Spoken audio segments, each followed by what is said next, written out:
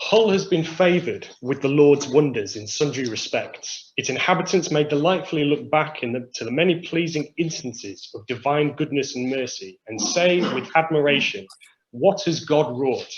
And one more has to be added to the number in blessing it with such a society for the reformation of its manners. On the 18th of February 1698, 45 religiously motivated merchants, mariners and tradesmen formed a society which aimed to hinder the, quote, "abounding sin and wickedness of the present age, the open public drunkenness, swearing, Sabbath breaking and prostitution that they daily encountered in their town." Their principal methods were initiating prosecutions against their neighbours' transgressions and sponsoring sermons on the subject of moral reformation. They took inspiration from royal proclamations against immorality and modelled their activities on similar groups elsewhere. But unlike those other societies, the majority of reformers in Hull were dissenters, who just a decade earlier had been barred by law from openly practicing their faith. The emergence of the reforming societies raised divisive questions about who had authority to direct voluntary religious enterprises, questions which laid bare ongoing tensions between dissenters and Anglicans. In post-revolutionary England, just how far could the toleration be tolerated? Now, the records presented in the book provide a rare insight into the formation, activities, and eventual decline of a provincial reforming society. Until now, only the Bristol, Dublin, and Edinburgh societies have received considered analysis. Indeed, the Bristol records were once thought to be entirely unique. For instance, the Hull records include the only prosecutions list for any of the reforming societies outside of London. That the Hull society has evaded scholarly attention owes more to the descent of its records than to its relative significance in the movement's history. Hull was included in the expanded account of the Societies for the Reformation of Manners in 1699 to demonstrate the, quote, "very considerable progress in this work from all parts of the nation." Its order book only entered the Hull History Centre, the local archive, in the mid-1990s, meaning that until now, the society has been limited to cameo appearances in local histories, if indeed it is mentioned at all.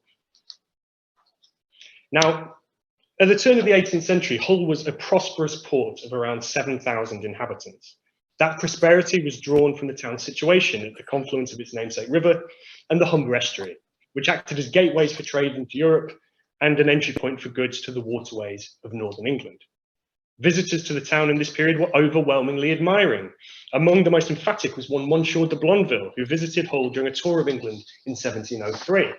And I'll quote, "Shortly after our arrival, we went to view the town, which without contradiction is the most beautiful of all those we have seen since we left London up till now. It is large, rich, and thronged, commercial and well built. Its streets are wide and well paved, its market spacious, its emporium well provided, its port well frequented, its fortifications considerable in number." Now, on that point, Hull's status as a garrison with up to 200 soldiers billeted in the town at any one time was a significant factor in the town's social character. Now, alongside singular flashpoints of tension between the garrison and civilians, desertion by soldiers of their families was a constant stress on Hull's poor relief measures. Now, as to Hull's religious complexion, the town was famed for its Puritan fervour in the mid-17th century, and some 50 years later, dissenters, mostly independents and Presbyterians, accounted for around 1/6 of the population, over twice the national average during this period. Following the Toleration Act in the 1690s, both of Hull's leading dissenting congregations constructed new meeting houses.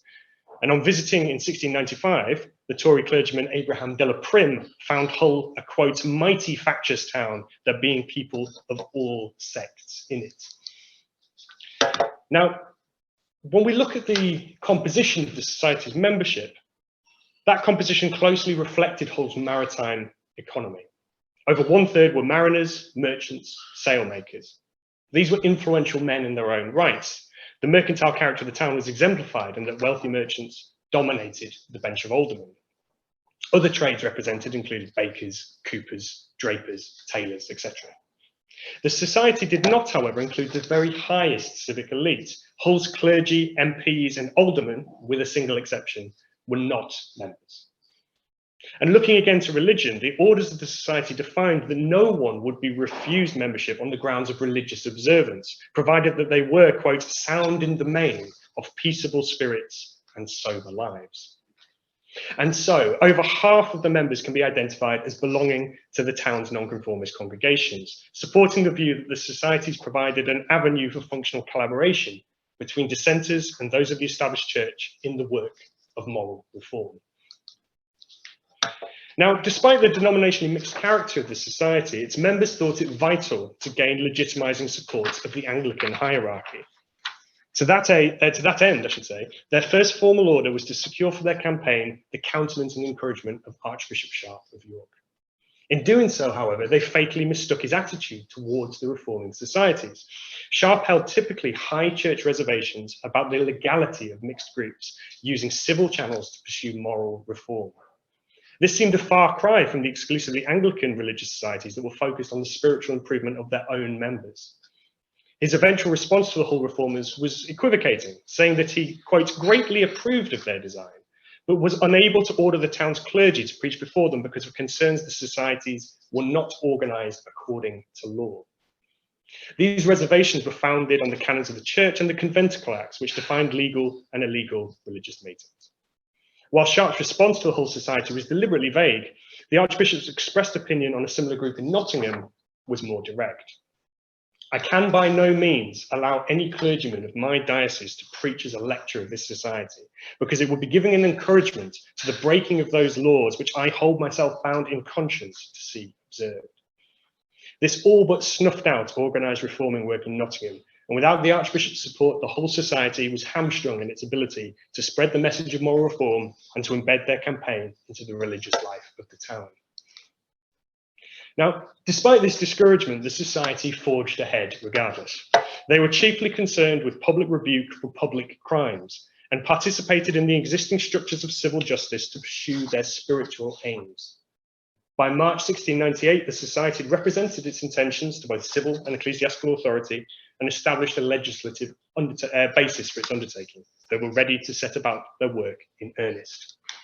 And I'll quote, "Being now entered upon action, it is this evening agreed upon that we bend our first endeavours chiefly to suppress profane swearing, and that we do meekly reprove offenders, to try if by that means they may be reclaimed, except in those cases where the crime is so notorious and the offender may justly be deemed so obstinate that a reproof is not likely to do any good, then to give information to the magistrate." Now, occupying the final 13 pages of the Society's order book is a detailed list of 359 prosecutions it initiated from 1698 and 1705. In total, the list comprises 250 names, almost 1 in 30 of Hull's inhabitants at the time. Read into that what you want. In the limited time available, I want to briefly discuss just a couple of insights from this rich mine of data. Now, the suppression of disorderly sexual behaviour was a key aim of the London reformers, who early in their campaign switched tactics from the costly business of indicting keepers of bawdy houses to the summary prosecution of prostitutes. Consequently, their printed blacklists were crowded with the names of often poor women. They accounted for almost 90% of the 1706 edition. This skewed presentation of female criminality drew contemporary criticism. Daniel Defoe sniped at the compilers of the blacklist for excluding the names of men of higher social standing. When looking at the gender divide among offenders for all crimes pursued by the society in Hull, women were involved in 50 prosecutions, less than 1/6 of the total. Now, a second insight pertains to Hull's garrison. King William III's 1698 proclamation against vice also charged military officers with upholding moral standards among their men, and the prosecutions list demonstrates that soldiers were not beyond the auspices of the society. Now, unlike Hull's townspeople, however, accused soldiers were subject to the harsh punitive measures of military law. On 26th of November 1698, society members informed against John Elliot, identified simply as a soldier, for swearing and abusing the constables, for which he was, quote, set upon the wood horse. Now, by the mid-17th century, this corporal punishment had become a standard non-capital penalty for moral crimes. Offenders were straddled over a wooden frame in the shape of a horse with a sharply ridged back, and additional weight was sometimes added to the subject's ankles, usually in the form of muskets. to increase the discomfort inflicted. Now, the punishment was known to be deployed to maintain discipline in an active field army, but the spectacle was also a means of preserving an order among a frequently bored, inactive, and potentially drunken and unruly body of soldiers. Indeed, the proper maintenance of a wooden horse was thought to be part and parcel of effectively governing a garrison. Now, the other most significant component of the Society's campaign was in sponsoring sermons by local clergy and dissenting ministers on moral reform. These discourses provided the rhetorical and theological underpinnings of the movement. But the failure to gain Archbishop Sharp's support was evidently damaging.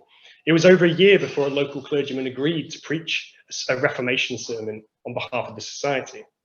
And whilst reformers aspired to regular preaching courses on the subject of moral reform, the Society's order book records that they successfully sponsored 5 sermons in total between 1699 and 1703.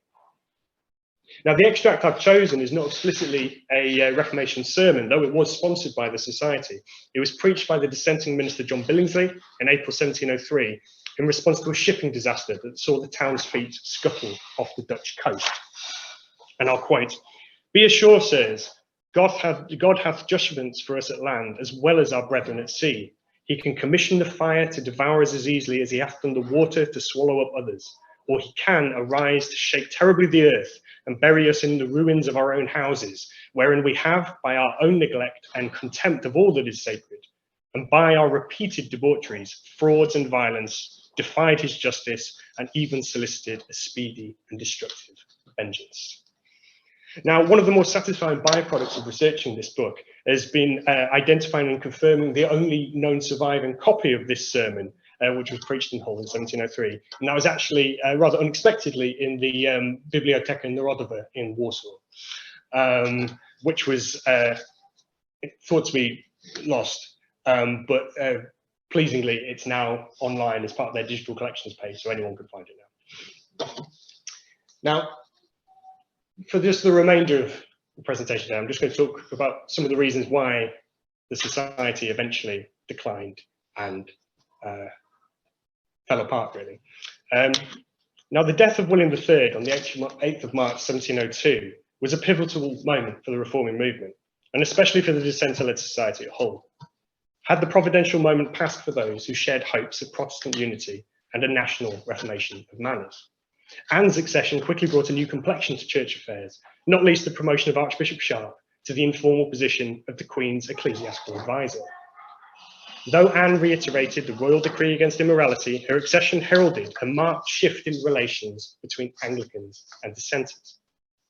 On the 18th of April that year, Robert Banks informed John Killingbeck, the vicar of Leeds, that Archbishop Sharp had set out for London to attend the coronation, adding, and I'll quote, "I know not how the dissenters are among you, but here they appear somewhat more humble than formerly, or rather more out of humour since Her Majesty ascended the throne, and they begin by way of prediction to talk of persecution, when I dare say no such thing is intended, if they can but keep themselves quiet."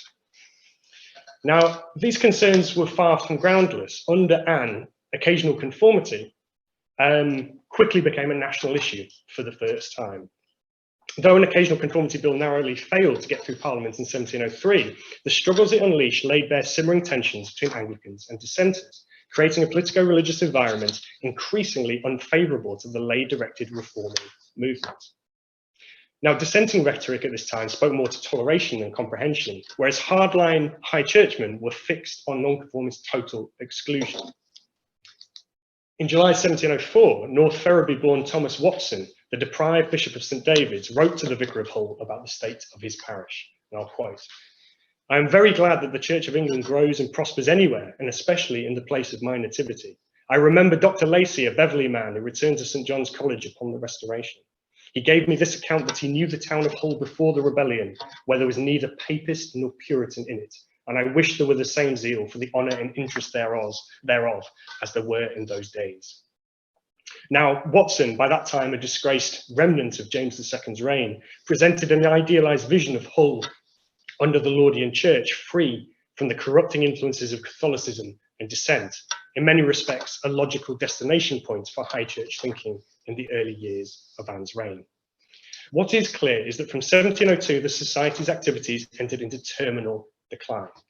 The number of prosecutions it initiated fell by 3/4 on the previous year, and they were all but inactive from 1703, meeting just once again before 1706. Now, the Society's last order of substance saw John Lindell and Jonathan Beelby, two of the members, go into the surrounding countryside outside of Hull to distribute books and encourage ministers and parish officers in the work of moral reformation, but there's no record of the reception that they received. Another significant factor in the decline of provincial reforming societies were Anglican efforts to contain the reforming movement within the Church of England. From 1699, this inadvertently fell to the newly formed Society for the Propagation of Christian Knowledge, SPCK, through the creation of exclusively Anglican clerical networks. The SPCK played an increasingly important role in promoting, steering, and regulating reforming work. Involvement with the SPCK presented a route for Anglican clergymen to convect away from mixed societies, leaving dissenters progressively isolated from religious projects. Unable to participate in exclusively Anglican educational projects, dissenting society members channeled their energies and resources into other enterprises for social good. Some dissenting society members were actively involved in the management of Hull's new Corporation of the Poor, which, despite its intended applications at its foundation in 1698, soon became no more than a charity school for poor children. And others became involved in education through the administration of private charities. Now, just quickly move on to a postscript. So we had a conclusion, our postscript. In his Reformation sermon before the Society in September 1700, Jeremiah Gill assured its members that their campaign would persist in popular memory long after their own lifetimes. And I'll quote, "Thus may Hull have reason, in generations yet unborn, to bless God that such and such were once numbered among its inhabitants, your names living in the memories of survivors when your bodies are moulded in the dust, yea, outliving the monumental inscriptions upon your tombs." And certainly the Society had enjoyed some contemporary influence. Prospective reformers in York cited its example when planning a campaign in their city, though Archbishop Sharp's discouragement meant that a society was never actually formed. But despite Jeremiah Gill's hopeful message, it seems that the work of the Society was all but forgotten within a generation. The lasting impact of the short-lived provincial campaigns was obscured by the continuation of the London societies into the 1740s, and those metropolitan associations, with their close links to the production of influential reforming literature and superseding Anglican initiatives, provided a more stable and accessible point of reference for successive waves of would-be reformers. Whilst by contrast, the struggles and decline of provincial reforming societies represented a vestige of the partisanship of Anne's reign, which as the century progressed was overtaken in the public consciousness by the religious settlements that followed. Arguments for the necessity of Protestant unity were renewed, especially in the light of the 1715 Jacobite Rising, leading to the final repeal of the Occasional Conformity Act in 1719, bringing about the end of civic and political exclusion for dissenters of the sort involved in the Society. William Chambers, the son of a Society member of the same name, recorded the following memorandum in that year. Mr. Beelby was the first dissenter that qualified himself by taking the sacrament in the Church of England as the law directs for the office of Mayor of Hull. Now, such was the long tale of the toleration and reality of dissenting ambitions for civic office, even in towns like Hull, where strident Whiggery was deeply embedded into civic life. Subsequent waves of 18th century reforming activity emerged from proponents of serious religion, at the fringes of, but still ostensibly within the Church of England. In 1763, John Wesley preached at West Street Chapel in London to a reforming society comprised of Methodists. But rather than showing regard for predecessor reformers, he reflected on possible reasons for their failure. Wesley reasoned that it was because members of those societies were not, quote, carefully chosen, that they grew less and less useful till by insensible degrees they dwindled into nothing. Now, later reformers were more generous to the previous generations. Almost 100 years after the Society dissolved, a similar association was formed in Hull, inspired by William Wilberforce's Proclamation Society and later Society for the Suppression of Vice. Led by church evangelicals, this group attracted maybe 3 times as many attendees as the Society achieved at its peak. Its motivating concerns stem from similar roots. Again, irreligious forces on the continent were a driver for spiritual renewal at home, with preachers warning of the noxious and moral implications of the French Revolution. These Hull reformers believed the second wave of societies were necessary and successful moral counterweights to the moral degeneracy of the Stuarts. They learned their history from sources like Woodward's account and the writings of John Disney, but were seemingly ignorant of the earlier reformers who pursued similar objectives on the streets of their own town. So Jeremiah Gill's prediction that the society would be commended to posterity was not realised. Yet the reforming spirit that animated successive generations of Hull's inhabitants has found lasting memorial in the city, afforded by the global reputation of its leading advocate. Albeit the less celebrated portion of the couplet, the inscription on Wilberforce's statue outside his birthplace in Hull reads, "England owes to him the reformation of manners, the world owes to him the abolition of slavery." Thank you.